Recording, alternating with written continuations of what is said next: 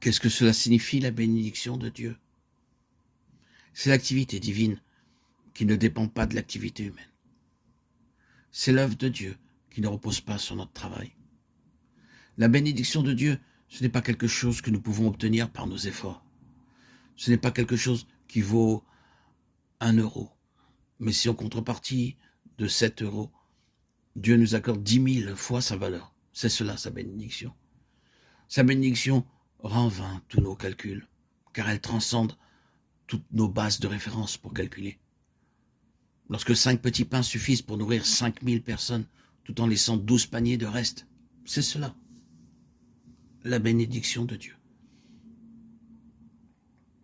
Nous estimons qu'une certaine personne vaut autant, et d'après notre calcul, il y aura tel résultat à son travail.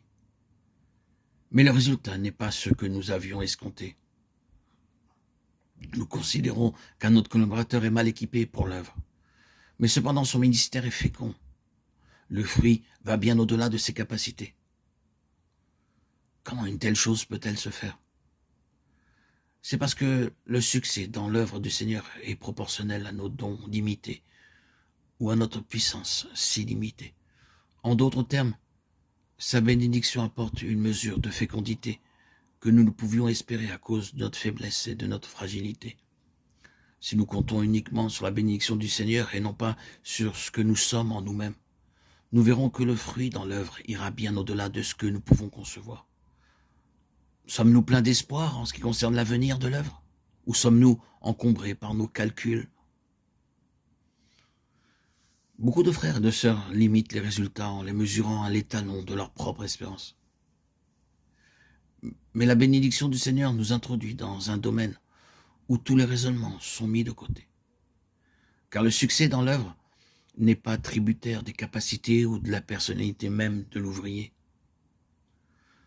Dans le domaine naturel, nous raisonnons sur le principe de cause à effet. Mais tous nos raisonnements sont inutiles dans le domaine de la bénédiction divine. Car dans ce domaine, Dieu en est la cause et lui seul.